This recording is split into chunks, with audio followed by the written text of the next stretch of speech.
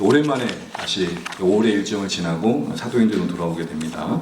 갑자기 또 다시 사도행전으로 가니까 까마득하시죠? 그래서 지도 하나를 보여주실까요? 지금 1차 전도 여행 중입니다. 1차 전도 여행인데 한 번만 더 주세요. 구브로에서부터 시작했죠. 구브로. 그리고 나서 한 번 더 바보섬에서 바에수라는 선지자의 방해 속에서도 바울이라는 사람이 주께로 돌아오죠. 그 다음 어디로 갑니까? 바로 밤빌리아 버가로 갑니다. 한번 눌러주시죠. 버가에 가는데 여러분 버가에서 누가 도망치죠? 누가 버가에서 버거워가지고 돌아갔어요? 마가가, 그렇죠? 마가가 그 선교팀에서 이탈하게 되죠. 그리고 나서 버가에서 BCD 안디오로 갑니다. 지금도 이 길은 험난합니다. 험준상령이에요. 근데 이 길이 지나서 안디오까지 가죠. 거기서 긴 설교의 말씀을 합니다. 우리 한 번 더 누르시죠. 이고니온에 오게 됩니다. 이고니온. 근데 이 이고니온에서 한 번 더 누르세요. 루스트라로 오게 되죠. 루스트라로. 이고니온에서 루스트로 오는 과정은 조금 다른 일정과 다르게 계획 밖의 일이었습니다. 그러니까 계획된 여정이라기보다는 루스트라는 도시 자체가 벽지. 그러니까 이 바울의 전도 전략 중에 하나는 그래도 사람들이 많이 모이는 곳에, 그래도 유대 해당이 있는 곳에 갈 텐데 지금 다시 다 띄워주세요. 지금 루스트라에서 갑자기 생각이 안 나네요. 갑자기 루스트라 갔는데 거기는 이제 그런 게 없는 거예요. 그러니까 전략적으로 보면 갈 만한 곳이 아니었던 것이죠. 지금 제가 여기에 머물러 있습니다. 여기서 어떤 일이 있었습니까? 유대인의 선동으로 이고니온에서 쫓겨나듯 도망쳐 나온 피신처인 이 루스트라에서 예비된 영혼이 있었죠. 그는 날 때부터 못 걷는 자였습니다. 근데 기적적으로 바울이 전하는 말씀을 귀 기울여 듣다가 구원받을 만한 믿음이 그 안에 자리매김하면서 하나님께서 그를 일으켜 주시는 은혜로 찾아가 주시죠. 평생 자신의 발로 한 번도 걸어보지 못한 자가 걷는다는 것, 아마 우리는 잘 모를 것 같아요. 걷지 못했던 자, 걸음이 뭔지를 모르는 자, 지면의 느낌이 뭔지를 모르는 자가 그 발을 내딘다는 것, 놀라운 일입니다. 이걸 보고 난 다음에 주변의 사람들이 바울과 바나바와 바울을 신으로 오해하죠. 바나바는 제우스, 바울은 헤르메스.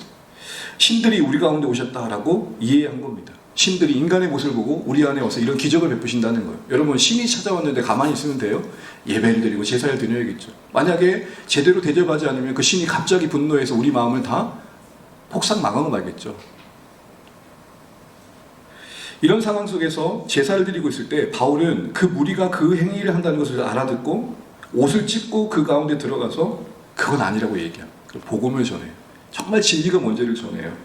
무엇이 진리라고 말합니까? 우리 또한 연약한 인생일 뿐이고 너희들이 나를 신으로 알고 있는데 우리도 한낱 인생일 뿐이고 정말 섬겨야 할 분은 하나님이시라고 얘기하고, 그들이 이때까지 살아온 동안 신이 아닌 것을 신이 섬긴 것, 그러니 성경에서는 항상 헛된 일이라고 합니다.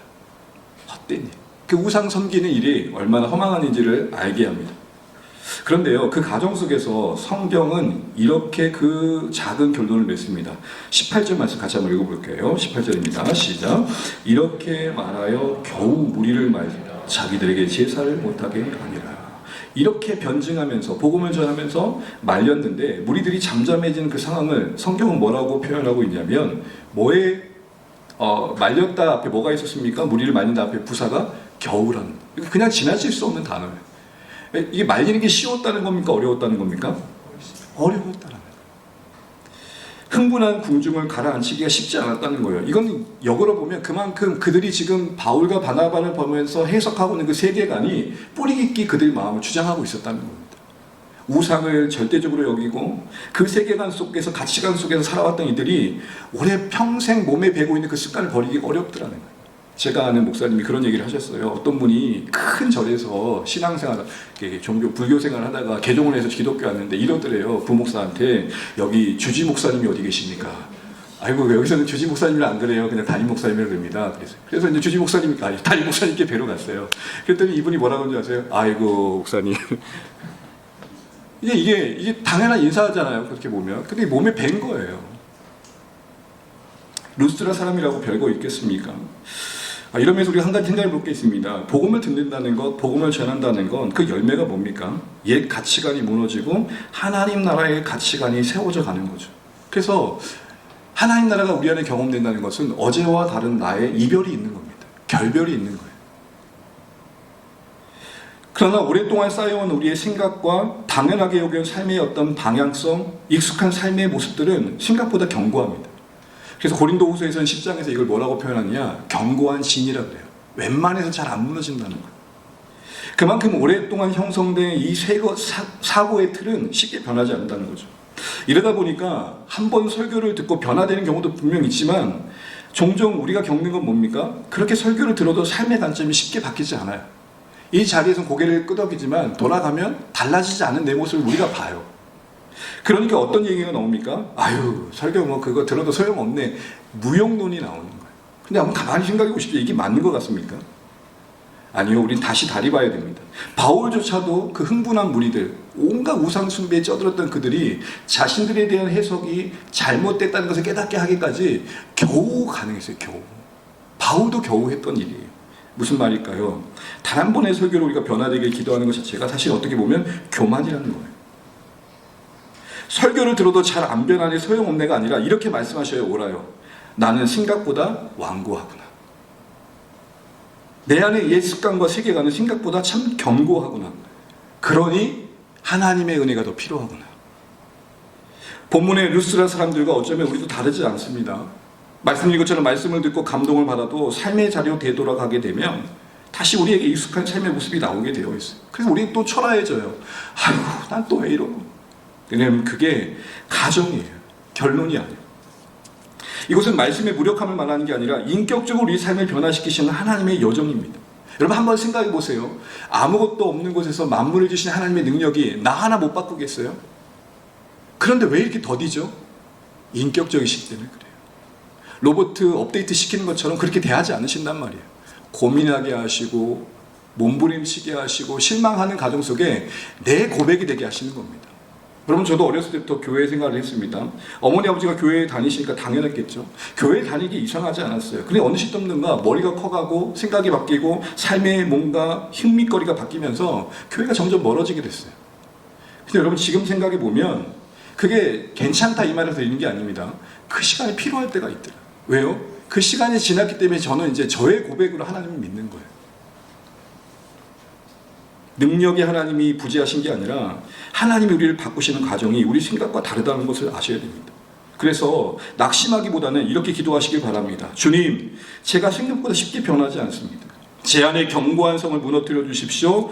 말씀을 깨닫는 지혜와 순종할 힘을 주십시오. 이렇게 하나님 앞에 서실 수 있는 우리 사랑하는 주안의 가족 되시기를 간절히 바랍니다.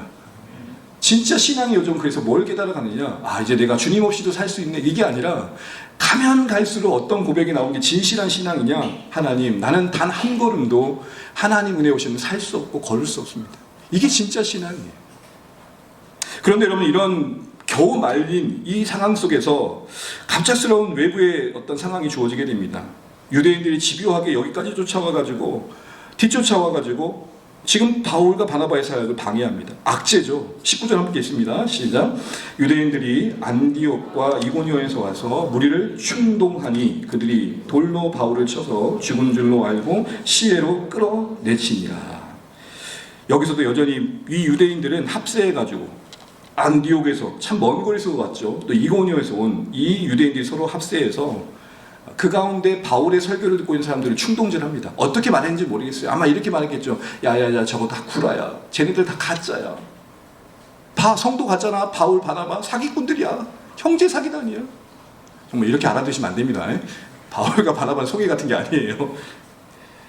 어쨌든 어떤 말을 듣고 충동을 당했는데 이게 성공해버린 거예요. 여러분 지금 최근에 정치의 어떤 큰 여정이요. 지선이 끝났잖아요.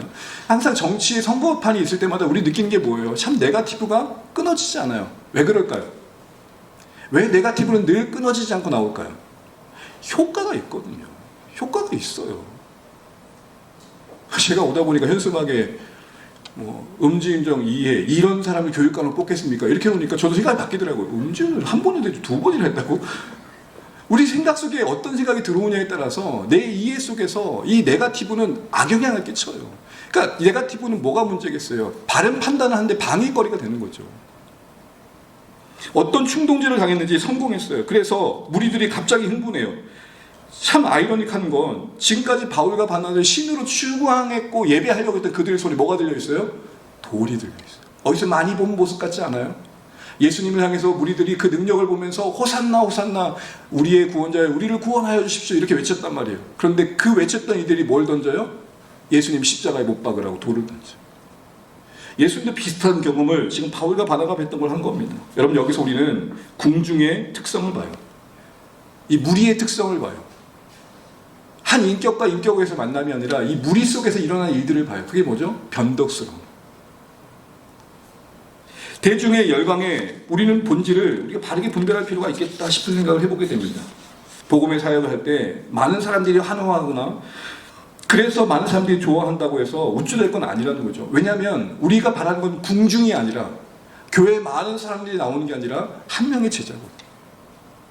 여러분, 일본이 선교지예요. 그러나 기독교인들이 분명히 1%밖에 안 되는 선교지이지만 일본 크리스찬들은 만만하지 않아요. 진짜 목숨 걸고 믿는 사람들이에요. 무리와 궁중을 외면하자는 말이 아닙니다. 궁중에 속지 말자는 거예요. 이 궁중의 변덕스러움은 우리에게 혼란을 끼칠 수 있어요. 이걸 보면서 저는 이런 생각이 들었어요. 아, 나도 사람들의 평가를 할 때 이 불안전성이 있다는 걸 알아야겠구나. 우리 그렇잖아요. 야, 참 저분 참 좋다 라고 며칠 지나고 나면 왜 저러지? 이런 생각할 때가 있잖아요. 한 사람을 두고도 좋아했던 마음이 어느새 뭘로 바뀌어요? 싫어하는 마음으로 바뀌어요. 왜 이렇게 엎치락뒤치락 할까요? 우리가 누군가를 판단할 때 우리도 쉽게 어떤 나만의 편견에 의해서 정죄하거나 또 좋아하거나 또 실망을 하는 이 반복들은 우리 안에 판단의 불안성을 드러내주는 거예요. 그러니까 우리는 신중해야겠죠. 전체를 보려고 해야겠죠. 아, 저분이 어떤 인생의 스토리 속에 살아왔기에 저런 모습을 보일까? 이런 적어도 안목이 필요한 겁니다. 내가 느껴지는 대로, 내가 와닿는 대로, 아, 저 사람 좋아, 싫어, 이런 판단할 게 아니라는 거죠. 그건 궁중이에요. 한 인격을 볼 수 있는 면밀한 안목이 필요하다는 생각이 듭니다. 또한 누군가 우리를 보는 시선에 대해서도 우리는 조금 더 자유로울 필요가 있겠다 싶어요. 물론 이 시대가 참 어려워요. 아, 참 이 SNS가 뭐라고 거기 아래 댓글을 보다가 자신의 생명을 끈 연예인들이 얼마나 많아요. 인격적인 모욕감을 느끼는 그런 수많은 말들. 어떤 분이 작정하고 자기의 인격 모독하는 사람들을 고소를 했대요. 그 다 추적해가지고 고소해가지고 만났더니 이 사람들이 이제 형사처벌 받다니까 두려워가지고 벌금 내려고 와가지고 합의를 받을 거예요. 찾아와서 하는데 더 감사했대요. 어떤 면에서 자기는 어떤 얼굴이 뿔난 사람들이지 않았대. 근데 말도 못하고 부끄러워하고. 그러니까 SNS상에서는 뭐예요? 익명 세상 속에서 자기의 드러내는 모습만, 그러니까 너는 엄청나게 무서운 사람들이 알았대요. 그런데 그렇지 않다는 거 보면서 참 사람이 참 안타깝다 이런 생각을 했다는 이야기를 들은 적이 있습니다. 사랑하는 주안의 가족 여러분, 우리 궁중 속에 살아갑니다. 수많은 이야기를 들어요. 그러나 궁중에 호도당하지 않으시면 좋겠습니다. 사람들이 나를 어떻게 보는 거 잘 관리하셔야 됩니다. 지혜이죠. 그러나 더 중요한 것은 하나님이 나를 어떻게 여기시는가, 하나님이 나를 어떻게 보시는가, 그게 더 중요한 삶의 목표가 되시는 우리 주안의 가족 되시기를 간절히 바랍니다. 이런 가운데 바울은 자신을 죽이려고 작정했던 그들에 의해 돌 던짐을 당하게 됩니다. 거의 죽게 돼요. 아니, 죽었어요. 죽은 줄 알았어요. 그래서 끌려나갑니다. 사실 여러분, 앞에 이고니온에서는 14장 6절을 보게 되면 똑같이 돌을 맞을 위기가 있었는데 그때는 미리 피할 수 있도록 알려주셔요. 그들이 알고 도망갔다고 그랬거든요. 근데 지금은 당하게 돼요. 참 이걸 볼 때마다 왜 하나님은 이랬다 저랬다 하시나 싶어요. 기도를 들어주실 때가 있고 기도를 들어주시지 않을 때가 있고. 그때 누가 그러시더라고요. 목사님, 저는 늘 안 들어주시던데. 우리의 삶이 하나님께서 무언가 도와주시는 것 같은데 이건 아닌가 싶 그런 때가 있단 말이에요. 신앙은 어떤 하나의 공식으로 설명될 수 없는 신비함이 있는 것입니다. 우리를 때로는 고난을 피하게 하시는 하나님이시기도 하죠. 때로는 고난 가운데 시간들을 지나게 하시는 하나님이기도 하시다는 거죠. 순종했다고 해서 고난이 없는 것도 아니에요. 참 섭섭한 것은 지금 다른 것도 아니고 복음을 전하고 있는데 이 정도는 하나님께서 보호해 주셔야 되는 거 아닙니까? 그 돌을 맞아요. 얼마나 아팠는지 여러분, 제가 여기 적지는 않았지만 고린도후서 11장에 바울이 자기 고생한 이야기를 하면서 딱 이런 표현이 나와요. 11장 26절인가 보면 내가 돌 던짐을 한 번 맞았고, 그러니까 평생에 그 돌을 맞은 이 순간이 여겼던 거예요. 그만큼 각인된 기억이었다는 거예요. 잊을 수 없는 기억. 이런 상황 속에서 이렇게까지 순종했는데 고난이 웬 말이야 라고 할 수 있는 게 우리의 생각이지만 가만히 생각해 보면요, 신앙은 고난이 없는 걸 약속하고 있지 않고 고난 속에서 언제나 하나님이 함께하고 계시다는 걸 약속하고 계셨다. 그러기에 우리는 어떤 상황에서도 하나님 신뢰하는 쪽으로 우리의 마음을 주로 노력해야겠죠. 그러나 한 가지 더 생각해 볼 것은 분명 이유는 왜 그렇게 이때는 안 도와주셨는지 설명되지 않지만 바울의 입장에는 이 시간에 어떤 유익이 있었을 것 같아요. 보세요 여러분, 오늘 본문에 돌 맞고 끌려나가는 장면, 이건요 예전에 바울이 기독교인들이 했던 그대로 한 거예요. 그러니까 예전에 자기가 교회를 박해하면서 했던 행동을 고스란히 그대로 받고 있어요. 지금 겪고 있는 일들이 교회를 박해했던 자신의 과거를 떠올리는 일들이었단 말입니다. 돌은 맞고 있지만 뭘 생각했을까요? 돌 던졌던 자신을. 사도행전 7장에 보게 되면 스데반이 돌 던짐 당해 순교할 때 바울이 거기서 증인으로 서요. 바울도 하나 정도 던지지 않았을까요? 그리고 곳곳에 기독교인들이 숨어 있는 곳에 같이 가서 끌어냈다라는 표현이 나와요. 독이라는 것을 동족 유대인들이 지금 당하고 있는 겁니다. 이제는 복음을 위해 사는 그가 복음을 위해 박해를 받고 있는 거죠. 복음을 방해했던 그가 복음에 의해 박해를 받고 있습니다. 이 과정 속에서 자신이 했던 일을 고스란히 받으면서 그는 교회에 대한 미안함이 분명히 있었을 겁니다. 그리고 그 미안한 만큼이나 자신이 진 돌 던짐을 받는 이 무게감, 이 고난의 무게가 그래도 묵묵히 감수해야지라는 마음이 들었을 거예요. 이런 마음 아니었을까요? 스데반이 많이 아팠겠다. 저도 이제 부모가 되니까 아유, 우리 아버지 아버님 마음 이러셨겠네 라는 마음 같잖아요. 아유, 그래, 그걸 그대로 받아주셨구나 이런 마음 같잖아요. 돌 던졌던 자신이 그 돌 던짐을 당하는 입장이 돼서 억울하다가 아니라 그렇게 내가 돌 던졌던 사람들이 많이 아팠겠구나, 그 미안함이 그 마음을 붙들어줘서 피할 수 없는 고난 속에서도 묵묵히 그걸 감수해내고 있다고요. 이게 내 몫이지. 향한 주안에 간 여러분, 여기서 뭘 봅니까? 분명 과거의 일들이, 자신이 했던 어떤 후회스러운 일들이 지금 오늘 바울의 경우에는 타인을 향한, 타자를 향한 그 마음을 이해하는 공감의 사람으로 빚어가시는 손길이 되고 있는 걸 보게 됩니다. 적어도 여러분 던질 땐 몰라요. 맞아봐야 개구리 심정이 깨달아지는 거예요. 저는 이 과정 속에서 이런 마음이 들었습니다. 저에게도 또 우리 모든 성도님에게도 각자의 아픔이 있으실 텐데 그 아픔이 여러분 평생의 흉이 아니라 품이 되시기를 간절히 축복합니다. 아픈 만큼 아픔이 품어줘요. 그래서 아픔이 품어주자. 그 아픔이 상처가 돼서 흉이 되어가지고 불특정 다수에게 폭력을 행하고 누군지 모르는 사람을 향해 칼을 들이대는 사람들이 얼마나 많습니까? 인간의 연약함이죠. 주의 은혜는 복음이 뭡니까? 그 상처를, 그 각오를, 그 아픔을 우리 인생 안에 녹아내어서 나도 생각할 수 없던 그 자리로 우리를 서게 하시는 거죠. 이런 가운데 우리는 거꾸름을 당해도 망하지 않는 바울의 작은 부활의 경험을 우리가 이어서 보게 됩니다. 우리 20절 함께 보겠습니다. 상반절입니다. 시작. 제자들이 둘러섰을 때 바울이 일어나. 아멘. 네, 5까지 읽겠습니다. 20절 상반절. 제자들이 둘러섰을 때 바울이 일어나. 지금 죽은 시체처럼 던져진 거예요, 밖으로. 이걸 제자들이 찾아왔죠. 둘렀대요. 제자들이 지금 바울을 둘렀다라는 이 말은 그냥 지나칠 수 없는 표현입니다. 여기서 제자들 누굴까요? 지금 바울이 전한 복음을 듣고 이 루스트라 성에서 예수님 믿게 된 자들이, 그들이 돌에 맞아 시신처럼 성 밖에 버려진 바울을 찾아왔다라는 거예요. 살피러 왔다는 거죠. 근데 이게 쉽지 않았던 것은 바울도 돌 던짐을 당했는데 바울과 아는 사람이라고 알려지는 건 그들의 신분의 노출은 그들도 돌을 맞을 수 있는 확률이 더 많아지는 거겠죠. 용기가 필요한 겁니다. 근데 여러분, 둘렀다고 했을 때 도대체 바울에게 뭘 했을까요? 한번 상상을 해보세요.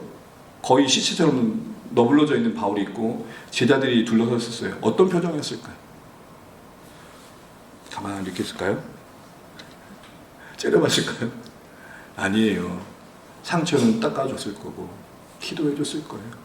제발 좀 하나님 살려달라. 여러분, 바울이 참 대단한 사역자이긴 하지만 그에게도 공동체가 필요했다는 걸 잊지 마십시오. 많은 이적과 기사를 일으켜서 수많은 사람들을 살렸던 바울도 정작 자신이 시신처럼 던져졌을 때는 둘러 안아주는 울타리가 필요했다는 거예요.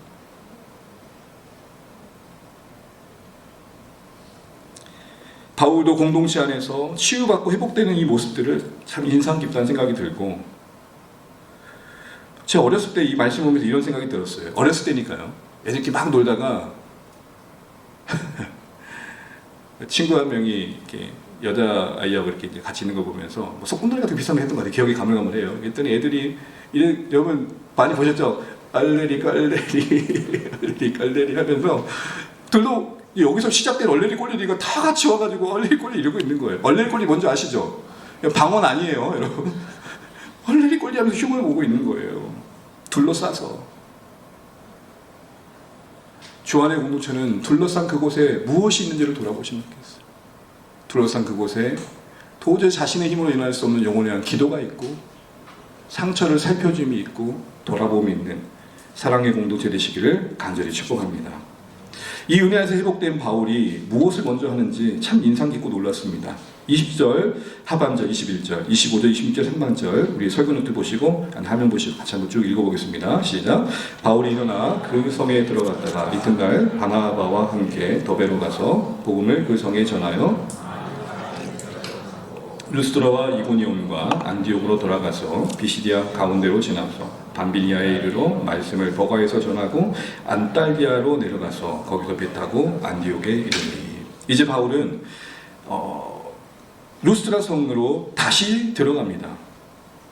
이게 좀 놀라운 게 방금 거기서 돌 맞아서 죽어서 나왔는데 여전히 죽음의 위협이 남아있을 텐데 그걸 몰랐을까요? 그래 가요. 왜 갔을까요? 바울을 둘러싸고 있는 제자들이 루스드라 성의 모든 제자들은 아니었을 겁니다. 그 곁에 있는 제자들과 함께 성 안에 있는 제자들을 생각하고 갔을 거예요. 한번 생각해 보시죠. 성읍 안에 있는 제자들 입장에서는 얼마나 놀랐을까요? 바울이 저렇게 돌 던진 걸 보면서 얼마나 혼돈스러웠을까요? 예수 믿는다는 게 이렇게 힘든 건가? 우리가 그렇게 성읍으로 다시 죽음을 각오하고 돌아간 것을 그런 신자들을 격려하고 위로하기 위함이라는 것을 알 수 있는 게 바로 뒤에 보면 선교지를 다시 재방문하는 과정의 목적에서도 확인하게 됩니다. 아마 바울은 22절, 23절의 목적으로 루스드라로 다시 들어갔을 겁니다. 우리 22절, 23절 같이 한번 읽어보겠습니다. 시작. 제자들의 마음을 굳게 하여 믿음에 머물러 있으라 권하고, 또 우리가 하나님 나라에 들어가려면 많은 환난을 겪어야 할 것이라 하고, 각 교회에서 장로들을 택하여 금식 기도하며 그들이 믿는 주께 그들을 위탁하고. 아멘.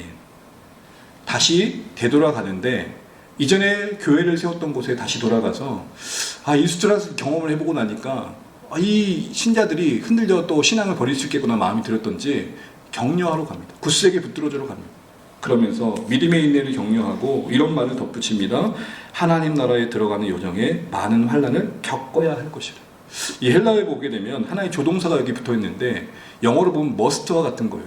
마땅히 겪어야 할 것이다. 피할 수 없는 과정이라는 것이죠. 환난이 어쩌다 보니 찾아오는 게 아니라 복음을 믿고 가는 삶의 여정에 당연한 삶의 이야기임을 교훈하고 있습니다. 아무래도 많이 놀랐을 그들에게 복음의 본질을 이야기하고 있는 거죠. 달콤한 복음이 아니라 치열한 복음, 살아내야 될 복음. 여러분, 이 땅은 예수님의 십자가에 못 박은 세상입니다. 하나님을 인정하지 않는 세상입니다. 그런 세상에서 신자로 산다는 게 여러분 쉽지 않아요. 때로는 신자이기 때문에 당하는 어려움이 생길 때가 많습니다. 신자이기 때문에 겪는 외로움과 왕따가 있어요. 그게 다 환난이겠죠. 오늘 찬양했던 것처럼 신자이기 때문에 주를 위해서 참아야 될 때가 있습니까? 없습니까? 있어요. 여러분, 이 낯짝 때문에 제가 괴로울 때가 많아요. 식당에 갔는데 이거 목사님이신가요? 이러시는 거예요. 목사라고 얘기도 안 했는데. 자, 그럼 제가 반찬 가지고 투정하거나 컴플레인 할 수 있습니까? 없습니까? 없어요. 이거 맛있네요 해야 돼요. 험상궂게 어디 여기 흉이라도 내고 여기다가 뭐예요 이거? 칼을 그어야 되는지. 십자가의 삶이 바나바와 바울 같은 사역자에게만 그런 게 아니라 믿는 우리 모두에게도 그런 환난을 가져다 준다는 겁니다. 그런 가운데 바울은 교회마다 지도자를 세워서 그 믿음의 힘든 여정을 잘 갈 수 있도록 붙들어주는 어떤 교회 리더들을 세우게 됩니다. 그러면서 그 교회 리더들을 뭐라고 얘기하냐면 주님께 그들을 맡긴다라고 얘기해요.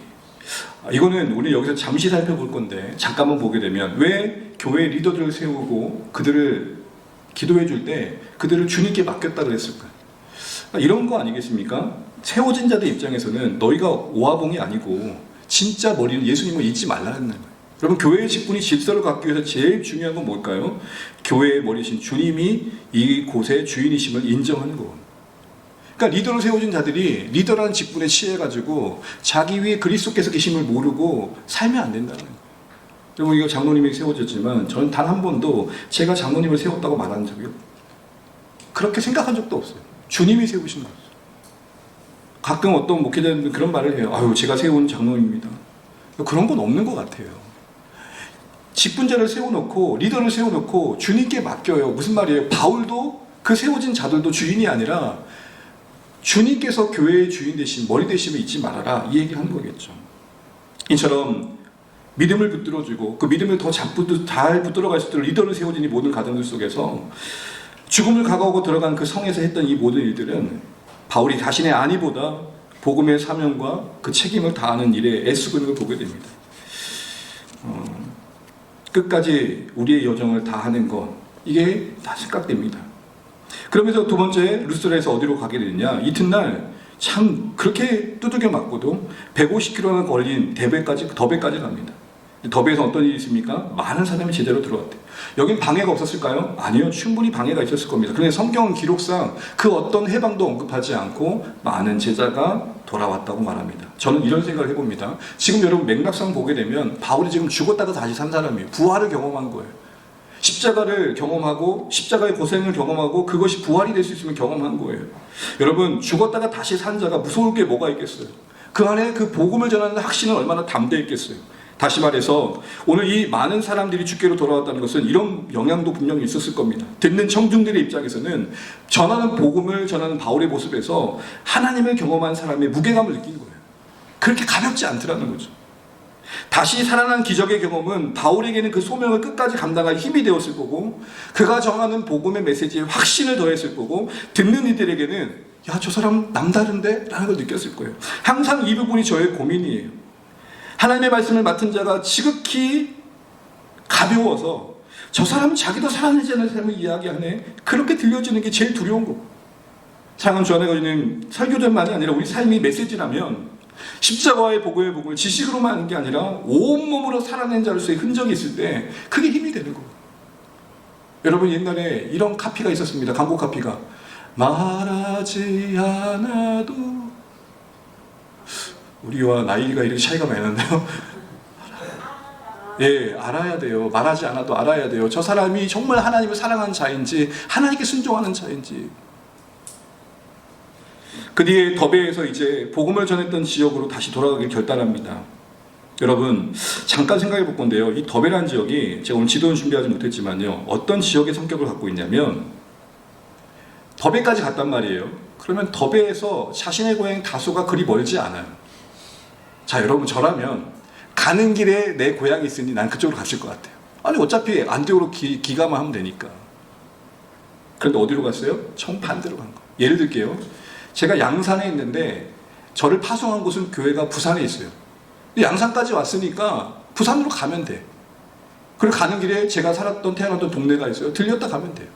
그런데 어떻게 했다고요? 밀양으로 갔다가 저기 밀양 옆으로 어디예요, 여기? 이렇게 해가지고 다시 이렇게 부산, 김해로에서 부산으로 왔다, 이 말이에요. 바울의 여정이 이해되시죠? 그의 선택은 자기 이익이 아니라 유익이었어요. 우리의 선택이 어떤 걸 기준으로 하고 있냐가 우리가 누구를 섬기냐를 보여주겠죠. 바라기는 나대로 신앙이 아니라 뜻대로 신앙 되시기를 바랍니다. 나대로 신앙이 아니라 주 뜻대로 살아가시는 신앙 되시면 좋겠습니다. 이제 이후로 바울과 바나바 선교팀을 파송했던 안디옥교에 도착하게 됩니다. 얼마나 눈 녹듯 그 마음의 무게감을 내려놓을 수 있었을까요?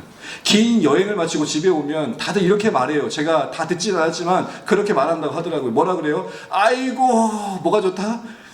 내 집이 편하다. 그런 말 해요, 안 해요? 안디옥에 돌아왔을 때 바울과 바나바가 그간의 사역의 무게를 덜어내고 얼마나 쉼을 누릴 수 있었을까요? 그런데 그 돌아온 안디옥 교회를 성경은 뭐라고 표현하느냐, 이제 오늘 마지막 나눔인데요, 은혜에 부탁한 곳이라고 말합니다. 우리 26절 말씀 읽고 말씀을 마무리해 가겠습니다. 시작. 거기서 배 타고 안디옥에 이르니 이곳은 두 사도가 그 일을 위하여, 아멘. 두 사도가 이룬 그 일이라는 것은 선교 여행의 일정들 속에 복음이 전해지는 일들이겠죠. 안디옥 교회를 통해서 파송받을 때 그들에게 부탁받았던 일들입니다. 하나님이 지시하신 일들입니다. 그런데 그 일이 이루어지는 과정 속에 안디옥 교회가 뭐 했느냐라는 설명을 뭐라고 표현하고 있습니까? 하나님의 은혜에 부탁했다. 그런데 그 앞에 뭐가 있어요? 전에. 이 말은 전부터 계속해서 하나님의 은혜에 부탁했던 곳이 어디냐? 안디옥 교회다. 여기 두 가지 의미가 있습니다. 지속적으로 오늘 이 안디옥 교회는 바울과 바나바의 선교팀 사역에 함께 했다는 거예요. 바울과 바나바가 두 발로 그 땅을 밟아갔다면 그들은 기도로 함께 걸었다는 것이죠. 여러분, 우리가 매월 연합기도할 때 슬로건으로 내는 게 있어요. 이런 거죠. 우리는 갈 수 없는 그곳에 우리의 기도는 뭐 할 수 있다? 닿을 수 있다. 함께 읽어볼까요? 시작. 우리는 갈 수 없는 곳에 우리의 기도는 닿을 수 있다. 이 마음으로 안디옥 교회가 계속 기도했다는 말이 은혜에 부탁했다는 말입니다. 왜냐하면 이 부탁했다는 말이 단순히 한 번 맡기고 끝내는 의미가 아니라 믿을 만한 분의 손에 계속 의지한다는 의미거든요. 믿을 만한 하나님께 바울과 바나바를 맡겼다는 거예요. 하나님, 이쯤 되면은 바나바와 바울이 구브로에 가 있겠네요. 지금이야 여러분 SNS로 실시간으로 소통하죠. 저희 지금 어디 톨게이트 지나고 있습니다. 저희 이번에 완도 가니까요. 소랑도에 도착했습니다. 이렇게 할 수 있지만 지금 이 당시에는 실시간 소통이 안 될 거 아니에요. 그러니까 추정하건대 하나님 지금쯤 어딘가 안디옥에 가 있을 텐데 하나님 도와주세요. 이런 기도가 계속됐다는 거죠. 두 번째 볼 수 있는 것은 이 안디옥 교회는 사역의 모든 피로와 열매가 하나님의 은혜에 있음을 인정했다는 고백을 여기에 담아내고 있는 겁니다. 여러분, 바울과 바나바 한마디로 드림팀 아닙니까? 오늘날도 이렇게 구성하기 쉽지 않을 것 같아요. 말씀에 탁월한 사역자 바울, 그 열정 사람 바울, 따뜻하고 품어주는 인격에 탁월한 바나바, 이 두 사람이 함께 가는데 못할 게 뭐가 있어요? 그냥 안 보고도 그냥 맡겨도 될 것 같아요. 여러분 그거 아세요? 아무리 메시를 넣고 손흥민을 넣어도요, 이게 안 될 때 안 돼요. 스타크 플레이어가 헛발질할 때가 있고 몸값에 비해서는 플레이가 안 될 때가 있어요. 무슨 말이에요? 조건과 상황으로 다 문제가 해결되는 게 아니라는 것이죠. 오늘 바나바와 바울이 기대감을 가질 만한 사역팀이었지만 오늘 안디옥 교회는 거기에 신뢰를 두지 않았다는 게 중요해요. 뭐예요? 안디옥 교회는 성교의 성패가 이들을 통해 이루어질 복음의 열매가 은혜에 있음에 있지 않았다는 거예요. 여러분, 이 사실은 우리가 늘 듣는 말이지만 이게 분명할 때 우리가 자유할 수 있습니다. 어떤 조건 때문에 우쭐해하지도 않고 어떤 환경 때문에 쉽게 우울해하지도 않는단 말이에요. 하나님의 은혜가 아니면 안 됩니다는 고백이 있을 때 자유할 수 있다니까요. 왜요? 그것은 어떤 한계를 뛰어넘는, 결과는 한계를 뛰어넘는 하나님 손에 있음을 알기 때문이죠. 모든 것이 하나님의 은혜에 달려있으면 신뢰할 때 그때서야 우리는 맡기게 되고 그 자유함 속에서 우리는 우리의 책임을 더 잘 감당하게 돼요. 사실은 불안감과 염려가 우리가 해야 될 책임을 더 무겁게 할 때가 많거든요. 여러분, 실제적으로 하나님께 맡긴다는 것은 아무것도 하지 않는다는 게 아닙니다.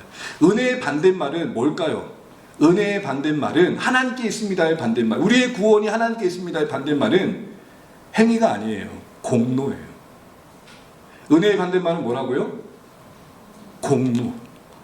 은혜는 행위가 필요해요. 은혜는 노력이 필요해요. 은혜를 알기 때문에 내가 최선을 다한다는 마음을 갖는 거예요. 그러나 은혜의 반대말은 뭐예요? 행위가 아닌 공로예요. 공로는 뭐예요? 내가 그렇게 했기 때문에 될 거라 생각하는 거예요. 바울과 바나바가 갔으니까 될 거라 생각하는 거예요. 이건 그런 건 아니라는 것이죠. 안디옥 교회는 기도했어요. 그들이 할 수 있는 최선으로 선교팀을 기억하고 기도했어요. 그리고 그 중심에 은혜에 달려있던 신앙의 고백이 밑에 베이스로 깔려 있었던 것이죠.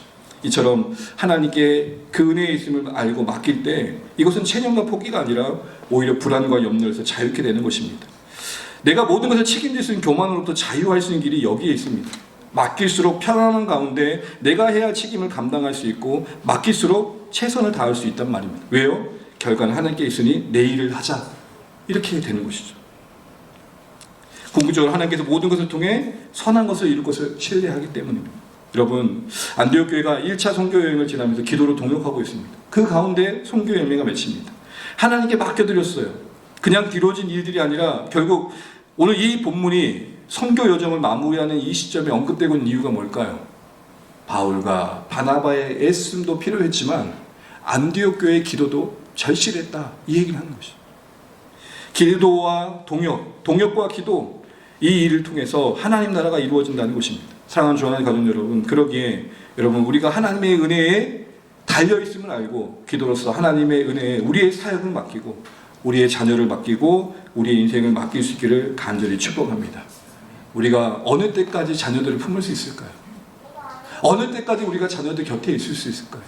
우리가 어느 때까지 이 사역을 감당할 수 있을까요? 제가 어느 때까지 메신저로서의 일들을 할 수 있을까요? 결국 우리는 은혜에 부탁하는 일이 제일 싫어하다는 것을 알아야 됩니다. 이런 상황 속에서 여러분 6월 한 달을 생각해 보면서 마침 오늘 본문과 맞물려서 하나의 적용을 하려고 합니다. 칼럼에도 말씀드렸던 것처럼 이번 한 달은 소망 중에 우리가 공동체로서 믿음으로 기도하는 그 기도의 시간들을 잘 쌓아가면 좋겠다 싶습니다. 우리 사랑하는 주안의 가정들이 각자의 삶의 자리에서 기도하실 겁니다. 그런데 이번 한 달은 여름 사역들을 앞두고 특별히 더 마음을 모아서 교회에 나와 기도하는 시간을 가져보면 어떨까 싶은 생각을 해보게 됩니다. 지나가다가 단 1, 2분이라도 이곳에 잠시 머물렀다 기도하고 가십시오. 또 나름대로 어느 때든지 찾아오셔서 개인의 묵상의 시간을 한번 가져보십시오. 그리고 나서 여러분 벽보에 보시게 되면 사과나무 열매 모양이 있어요. 그걸 사과나무에 이렇게 붙이시면 돼요. 하루에 2번 나오고 2번 붙이셔도 돼요. 이러시면 안 돼요. 3번 나올 거라 생각하고 3번 미리 붙여놓으시면 안 돼요. 이렇게 나오셔가지고 붙이면서 열매가 채워져 가는 걸 보는 거죠. 또 이런 분들 계시면 안 돼요. 저기 새 2마리가 있는데 새 위에다 붙이지 마세요. 미리 붙이지 마세요. 새는 새로 살려주세요. 이렇게 해서 내가 이렇게 나만 기도하는 게 아니라 우리가 같이 기도하고 있구나.